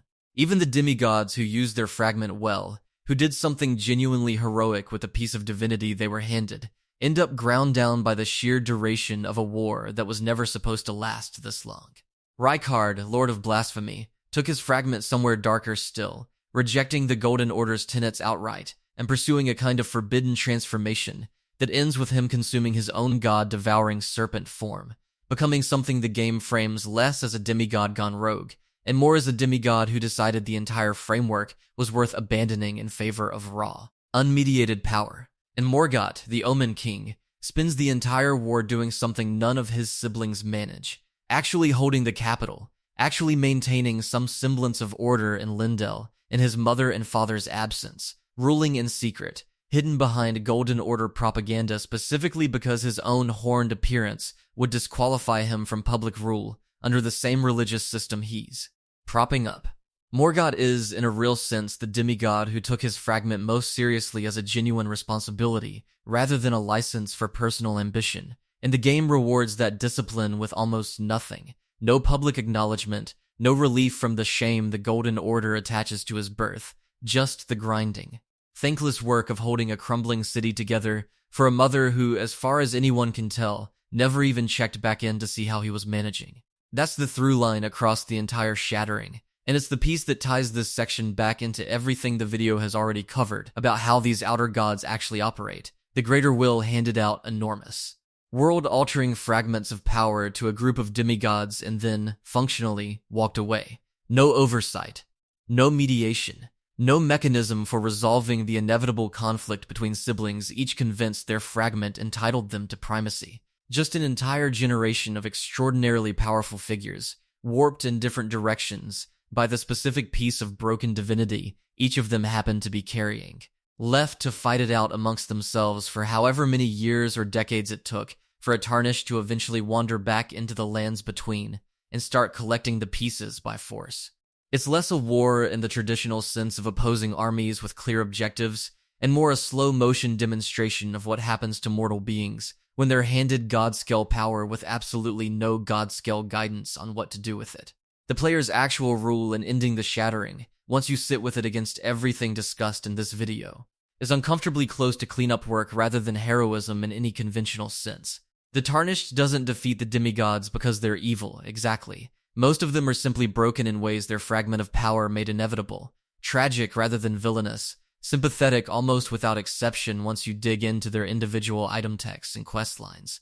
The Tarnished defeats them because the greater will needs its shattered instrument reassembled, and killing the people currently holding the pieces is the only mechanism available for retrieving them. Every boss fight against a demigod, viewed through that lens, is less a battle against evil and more a repossession, carried out by a formerly discarded servant the greater will has decided to call back into service now that its original arrangement has fallen apart. It's not an especially flattering way to think about the game's core gameplay loop, but it's consistent with everything else this cosmology has demonstrated about how these gods actually treat the mortals caught in their orbit. All of which brings the discussion fairly naturally to the endings themselves, because the multiple endings available at the close of Elden Ring aren't really separate stories so much as they're a menu of which outer god, or which rejection of the outer gods entirely, gets to define whatever comes next for the lands between. Framed against everything covered in this video, the endings stop looking like simple narrative branches and start looking like the final move in a much longer game these cosmic powers have been playing against each other for the entire runtime, with the player character functioning as the piece that finally gets moved into checkmate position. The most straightforward ending, Age of the Erdtree, restores the Elden Ring under something close to the Golden Order's original terms, mending what Marika shattered and re-establishing the Greater Will's governance essentially unchanged. It's presented as the default, the path of least narrative resistance, and it's also, once you've sat through everything this video has covered about what that governance actually entails, the elimination of death, the silence during the shattering, the treatment of omens, the entire mechanism of grace in Tarnished Exile, one of the harder endings to read as an unambiguously happy resolution. It's stability, certainly. Whether it's stability worth wanting is left entirely to the player. Variants on that restoration complicate the picture further depending on specific choices made across the playthrough. Bringing Godwin's soul back into the equation, or restoring the Rune of Death to its rightful place through Malekith, produces an ending where death itself returns to functioning normally, a genuinely significant alteration to the Golden Order's core premise, suggesting that even within a broadly greater will-aligned outcome, there's room to correct at least one of the civilizational cruelties this entire mythology has been built on top of. It's a reminder that these endings aren't purely binary between keep the old god and replace it with a new one. Some of them represent genuine, if partial, reform of the existing system rather than wholesale replacement. The Frenzied Flame ending, discussed at length earlier in this video, remains the starkest alternative on offer, total victory for the philosophy of unification through annihilation, the player character becoming Lord of Frenzied Flame and setting the entirety of existence alight. Full stop, no reformist reading available, no partial victory. It's worth noting again here, now that the full weight of everything the Greater Will has done across this mythology has been laid out, that choosing this ending isn't purely an act of nihilism divorced from context. It's choosing the philosophy born directly from the Golden Order's own worst cruelties, the despair of the persecuted curdled into a desire to erase the entire system that produced that despair, root and branch, rather than reform it. That doesn't make it a good choice. The game is unambiguous that it isn't, but it makes it a legible one. Consistent with everything this video has spent its runtime establishing about where the Frenzied Flame actually comes from. Ranni's Age of Stars ending, also discussed earlier, represents something categorically different from either of those two options. Not a victory for one outer god over another exactly, but a deliberate, calculated withdrawal from the entire framework of direct divine governance, achieved through personal rebellion, patience, and the willingness to discard her own original body to escape a destiny she never consented to. It's the ending that reads, to a lot of players and lore analysts, as the closest thing this game offers to genuine hope, not because it eliminates divine influence, which it doesn't, but because it trades a warm, managing, controlling god for a cold, distant, largely hands-off one, and lets mortal beings figure out the rest of their existence without quite so much active cosmic interference in the details. And then there's the newest addition to this menu, introduced through Shadow of the Erdtree, the path where Miquella's ambitions are allowed to reach completion rather than interrupted by Saint Trina's plea for mercy, resulting in an age of compassion defined by exactly the kind of totalizing benevolent control discussed earlier in this video. A world where cruelty is removed not through education or reform, but through direct metaphysical compulsion, administered by a god who has already demonstrated, in the process of getting there, precisely how comfortable he is overriding the consent of the people closest to him. Whether that's a better outcome than restoring the Golden Order, or burning everything down, or handing the reins to a distant, indifferent moon, is very much left as an open question, and it's arguably the most philosophically loaded ending choice this game has ever offered, precisely because it's the hardest to categorize as clearly better or worse than what it's replacing. Laid out side by side like this, what becomes clear is that Elden Ring's endings were never really about the Tarnished's personal journey resolving into a single satisfying conclusion, the way endings tend to function in most role-playing games. They're a final referendum on which of these cosmic philosophies, controlling order, annihilating chaos, distant withdrawal, or compelled compassion, gets to define the next chapter of a world that spent its entire visible history being fought over by forces indifferent to what any individual person caught in the middle of that fight might actually want. The player doesn't get to opt out of that choice.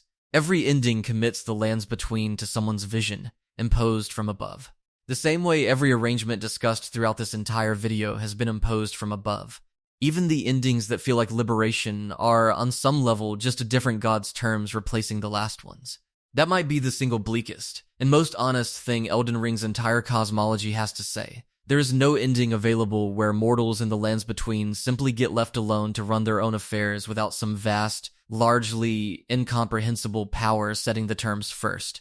There's one more layer to Marika's story worth unpacking before moving forward, because it bears directly on the question of what it actually means to serve as an outer god's vessel, and it involves one of the more genuinely disorienting reveals the base game has to offer. Marika, throughout most of the story, isn't presented as a singular figure. She has a male counterpart, Radagon, who rules at various points as Elden Lord in his own right, who fathers children, who fights his own battles, who reads to every appearance as a distinct character with his own arc and his own devotion to Golden Order doctrine. It's only relatively late in the game, through the quest line of Brother Corrin and the mysterious, silent gold mask, that the truth gets confirmed directly. Radagon is Marika, not a separate person who happens to share her goals, not a husband acting in parallel, but the same being, split across two bodies and two identities, for reasons the game never fully explains, but which fold neatly into a pattern this video has already traced through Saint Trina and Miquella. The idea that godhood in this cosmology seems to inherently require fracturing whoever holds it into multiple, semi-independent selves. The political history layered around that revelation adds real weight to it. Marika's first consort as Elden Lord was Godfrey, a warrior chosen specifically for his martial prowess, the one who fought and won the wars that established the Golden Order's early dominance, including, notably, a war against the Fire Giants specifically to extinguish something called the Flame of Ruin, an existential threat the Golden Order deemed capable of burning the Erd Tree itself, which retroactively connects back to everything discussed earlier in this video about the Fell God's fire and its long, slow defeat. Godfrey and Marika's children together include Godwyn the Golden, whose fate as the rotting Prince of Death was discussed earlier, and the Omen twins Morgott and Mohg, whose horns and subsequent exile were also already covered. But at some point, for reasons the game leaves genuinely ambiguous, Marika stripped Godfrey of his own grace and banished him from the lands between entirely, making him in effect the very first Tarnished, the origin point for the entire category of exiled, grace-stripped wanderers the player character themselves belongs to. The first Elden Lord, husband to the goddess herself, cast out to wander a hostile world with nothing, by the same power structure he'd spent his life defending and expanding. Radagon's ascension to second Elden Lord followed that exile, and it's here that the doubling becomes explicit and strange rather than merely implied. Radagon had, before this, been married to Rinola, the Carrion Queen of the Full Moon, fathering children with her including Radon, Rykard, and Ranni. He abandoned that marriage, abandoned Rinola to a grief-driven madness the game depicts with genuine uncomfortable pathos, and returned to Lindell to become Marika's second husband. Which means once you sit with the Radagon is Marika revelation, that Marika essentially married herself, fathered children with herself across two separate marriages and two separate identities, and in the process left a trail of genuinely devastated people in her wake, from the exiled Godfrey to the abandoned mad Rinola. It's one of the more unsettling implications buried in the base game's central mystery, and it reframes the entire royal family tree: Godwyn, Morgott, Mohg, Radon, Rykard, Ranni. Millennia Miquella, as, in some sense, the product of one entity's repeated, restless attempts to build a family in a civilization it could never quite make stable, discarding partners and identities along the way with the same casual indifference every other outer god-adjacent power in this mythology has already demonstrated toward the mortals caught in its orbit. Golden Order fundamentalism, the specific theological movement most closely associated with Radagon's reign, adds one more useful piece to this picture. It emerged, according to the lore, at a moment when faith in the Erd Tree had begun to wane, and Marika herself declared what the texts call a theological inquiry into her own Elden Ring, an unusual, almost self-doubting move for a reigning goddess to make, examining the foundations of her own authority as though she wasn't entirely certain of them herself. Fundamentalism as a movement tried to resolve that uncertainty by treating the Golden Order not as a living, evolving faith, but as something closer to a strict mathematical or logical system. Core laws like the law of causality and the law of regression, applied with rigid, scholarly precision, aggressively hostile toward anyone existing outside its logic, including, notably, those who live in death, the undying afflicted the Golden Order's own war on death had created in the first place. It's a telling detail that the Golden Order's most devoted scholarly wing spent its energy persecuting the very population its founding doctrine produced, rather than reckoning with what that population's suffering implied about the doctrine itself. Goldmask himself, the silent wandering figure who eventually uncovers the Radagon Marika secret alongside his companion brother Corrin, represents something quietly remarkable in this entire mythology, a mortal figure who, through nothing but sustained patient study, manages to commune, however partially, with something adjacent to the greater will's own logic, simply by staring at the Erd Tree long enough and asking the right questions. He doesn't achieve this through selection, through being chosen the way Marika or Ranni were chosen. He earns a fragment of understanding through sheer persistence, becoming one of the only characters across this entire game who approaches these cosmic mysteries from outside the established priesthood, outside the demigod bloodline, outside any of the sanctioned channels this civilization has built for accessing divine truth. A reminder that for all the emphasis this mythology places on selection, bloodline, and vesselhood, there's at least one example of someone getting close to the truth simply by refusing to stop looking. Before the Erd Tree existed at all, before the Golden Order had a name, the game's lore points to something even more foundational sitting underneath everything discussed so far: the Crucible. Described repeatedly across item texts as the primordial matter in which all life was once blended together, close in nature to life itself, the raw divine essence that would eventually become the Erd Tree. It's not framed as an outer god exactly, it doesn't have the clear proxy relationships, the demigod champions, or the competing doctrine the other entries on this list have. But it functions as something like the substrate all of them are working with, the base material from which the Erd Tree, and by extension the entire Golden Order built on top of it, was ultimately shaped. What made the Crucible distinctive, according to the scattered text describing it, was its chaos. Life that emerged from proximity to the Crucible didn't sort itself into clean, discrete species the way the Golden Order's later, more rigid classification of the world would prefer. It produced hybrid forms, wild combinations, humanoid bodies sprouting horns, scales, feathers, bony knots, in an unpredictable, evolutionary free for all that the texts frame, in the age before the Erd Tree, as a blessing rather than a deformity. Evidence that the essence of life itself had manifested directly on your flesh, rather than a mark of shame. The Hornsent, the very people Marika and Mesmer would later exterminate, were fervent worshippers of the Crucible specifically, and their horns, the same physical trait that marks Morgott and Mog as omens generations later, were understood within that older tradition as a sacred vestige of this primordial, blended form of life, not a curse at all. It's the rise of the Erd Tree and the Golden Order that changes this valuation entirely, and the mechanism by which that change happened is worth stating plainly, because it's another instance of exactly the pattern this video keeps returning to: an older, more chaotic, more genuinely diverse form of divine influence gets systematically suppressed, rebranded, and punished by whatever order rises to replace it. The Crucible's chaotic vestiges, once sacred, become, under Golden Order doctrine, marks of impurity. The same horns that once signified a blessing become the reason an entire class of demigods and commoners alike are hunted, hidden, or killed outright as omens. Crucible Knights, the game's evidence suggests, represent an attempt to fold some remnant of that older power into the new order's service, wielding what the texts call aspects of the Crucible in defense of Godfrey and the Erd Tree, even as the broader culture around them was busy erasing everything else the Crucible once represented. It's assimilation and erasure happening simultaneously, the usual pattern, dressed in slightly different iconography than the Hornsent genocide, but following the identical logic. Malekith, in his earlier identity as Gurranq the Beast clergyman, offers maybe the single most quietly devastating character study connected to any of this. Precisely because his entire arc is built on an act of betrayal, most players don't fully register until they've pieced together several disparate lore fragments scattered across the game's back half. Malekith was Marika's shadow, her Empyrean's shadowbound beast, granted to her specifically so that she would have somewhere to lock away destined death, the rune of death, removed from the Elden Ring and sealed inside him so that death itself, and everything the older Crucible and Deathbird traditions once understood about it, could be kept permanently out of circulation while the Golden Order built its civilization on the promise that death, for its favored subjects, simply wouldn't happen anymore. Malekith's entire purpose, in other words, is to serve as a prison. A living one, self-aware, tasked with containing the one force capable of unraveling everything Marika built.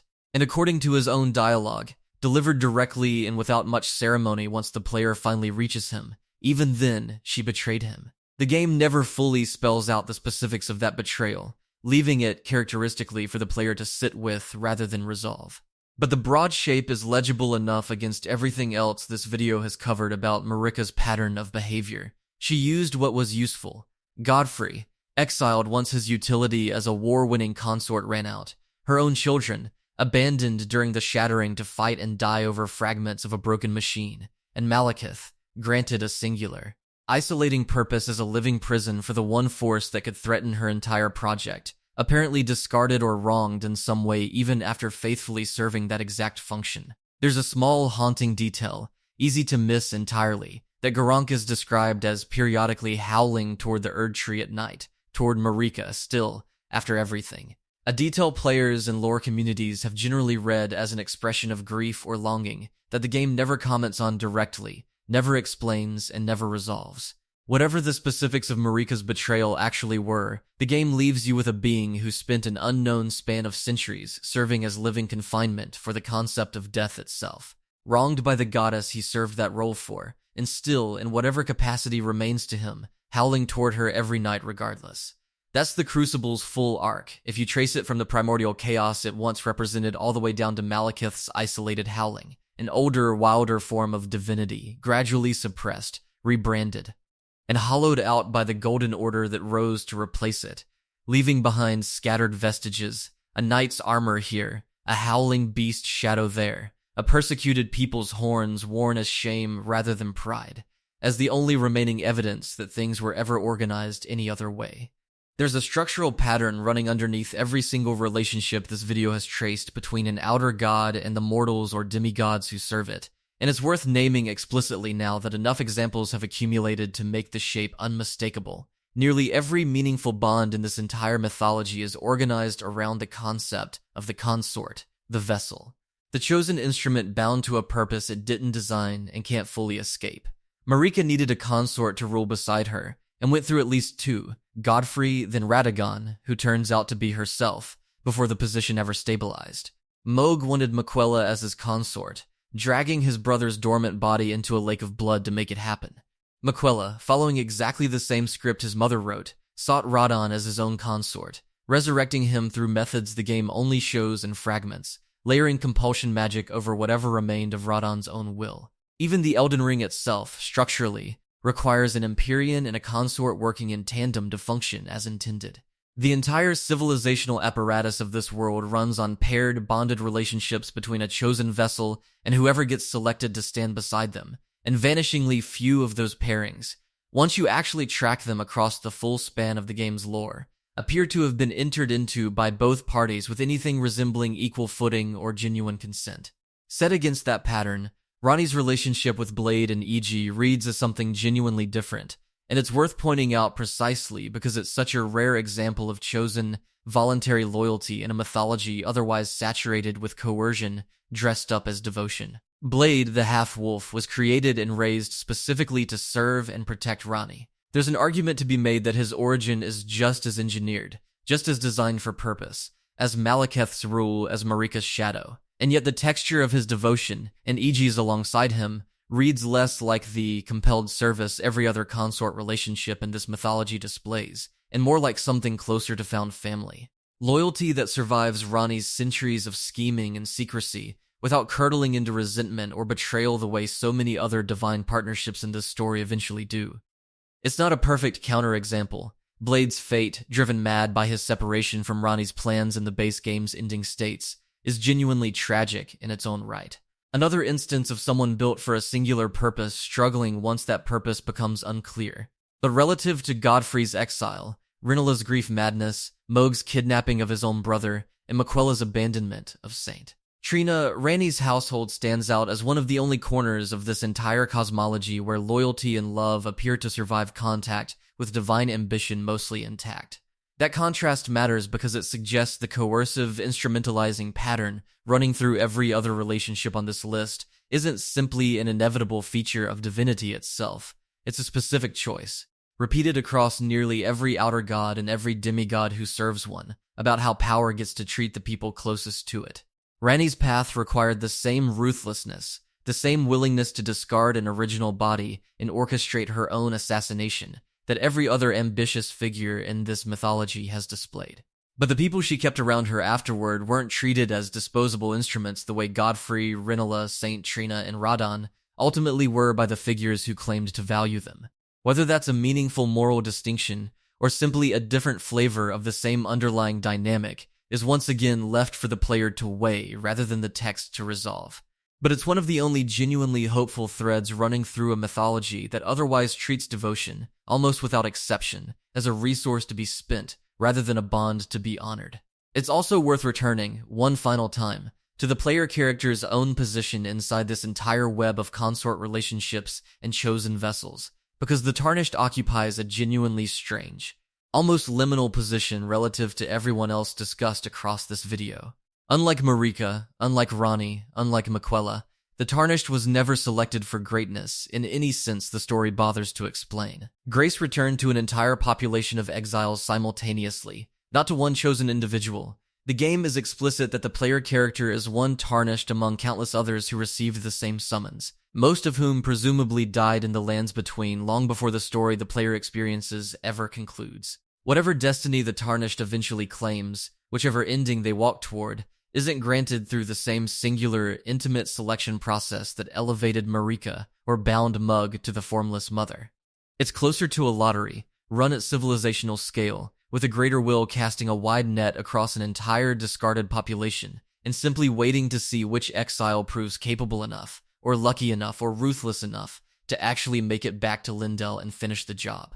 That's arguably the bleakest possible framing of the player's entire journey, and it's also, in its own strange way, the most democratic. For all the elaborate mythology of chosen consorts and selected vessels this video has spent hours tracing, the actual protagonist of this specific story was never singled out at all. They were just one name on a very long list of the desperate and the discarded, and they happened to be the one who survived long enough for it to matter. It's worth dwelling a little longer on Grace itself, because for a mechanic the player interacts with constantly, quite literally every time they rest at a site of grace, level up, or follow the golden trail across the map, its actual metaphysical implications get surprisingly little direct attention in most discussions of this lore. Grace, per the game's own item texts, is explicitly the will of the greater will made manifest, a literal beam of divine favor extended to specific individuals. Losing it as the Tarnished collectively did at some point in the deep past wasn't a minor demotion.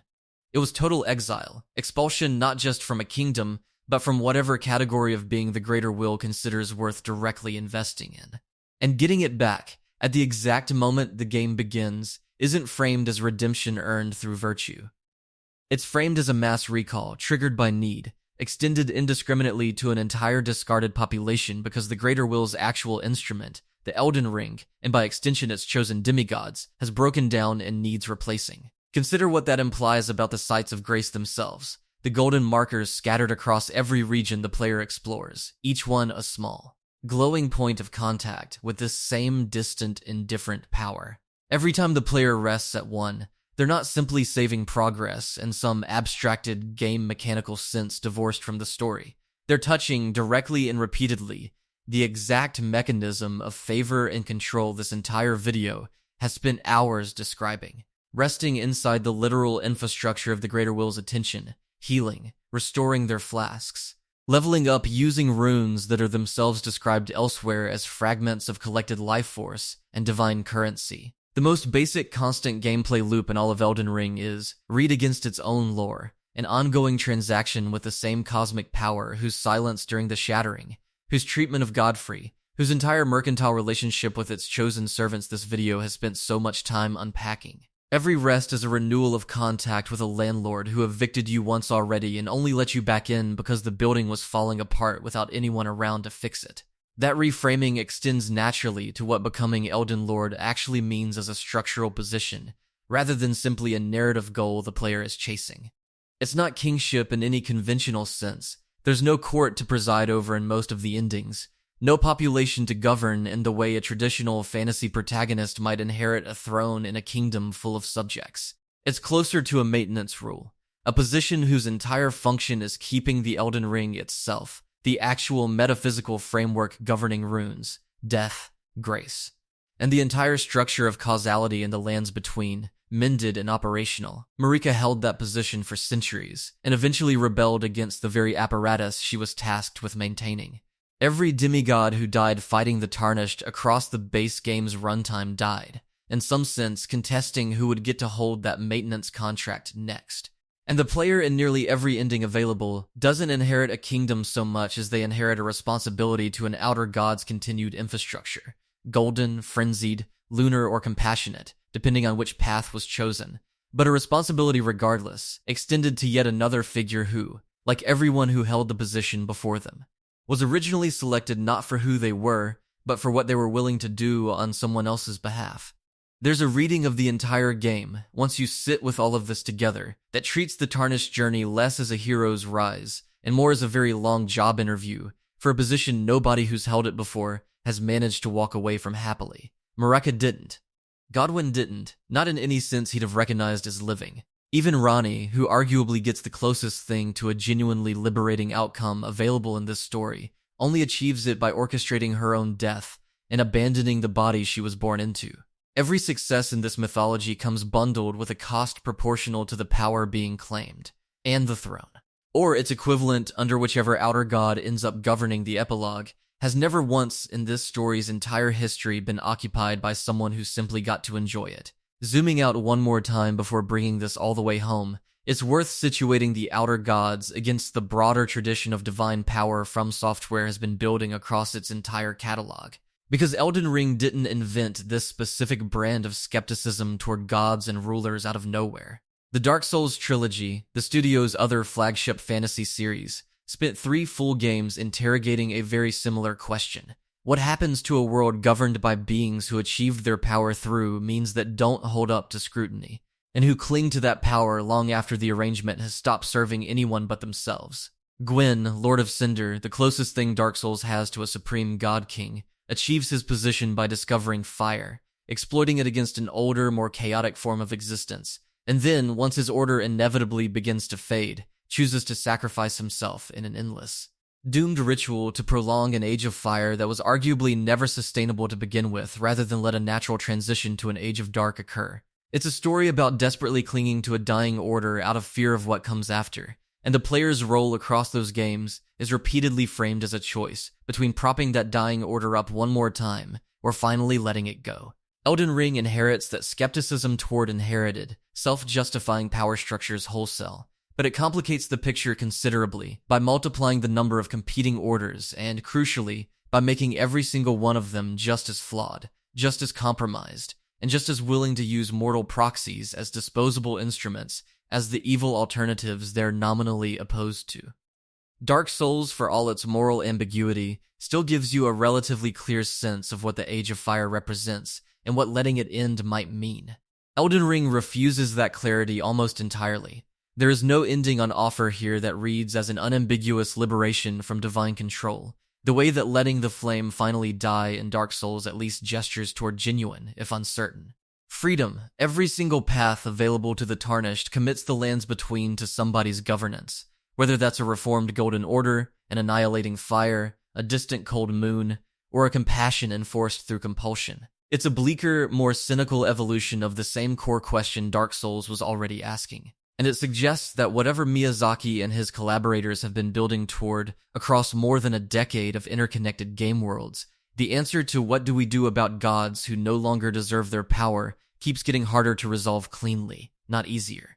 Bloodborne, discussed earlier in this video for its direct lineage to the outer god concept, contributes a slightly different piece to this same ongoing authorial project. The idea that the pursuit of communion was something vastly greater than yourself, however well-intentioned, tends to produce monstrosity rather than enlightenment. The scholars of Bergenworth in that game don't set out to doom their city. They set out to learn, to understand, to elevate human consciousness by making contact with something genuinely beyond it, and the result is a plague of beasts, madness, and cosmic parasites that consume everyone who gets too close to what they were chasing. Elden Ring's frenzied flame followers, Miquella's compulsion magic, even Ranni's centuries-long, isolating scheme to escape her assigned fate, all carry echoes of that same warning. Proximity to something genuinely beyond mortal scale tends to cost the mortal who reaches for it, disproportionately, regardless of how good their intentions were going in. What ties all of this together across 3 separate game worlds in roughly a decade of Miyazaki's directorial output is a consistent, patient argument that divinity in these fictional universes was never actually about wisdom, benevolence, or moral authority in the first place. It was always about who managed to seize enough power to make everyone else's reality answer to their terms, dressed up afterward in whatever religious or mythological language made that seizure look inevitable, righteous, or sacred in retrospect. The greater will didn't earn its authority through demonstrated goodness. It simply arrived, powerful enough that resistance wasn't practical, and built a religion around itself that made resisting it look like heresy, rather than the reasonable response to an unaccountable outside force reorganizing an entire world according to its own inscrutable priorities.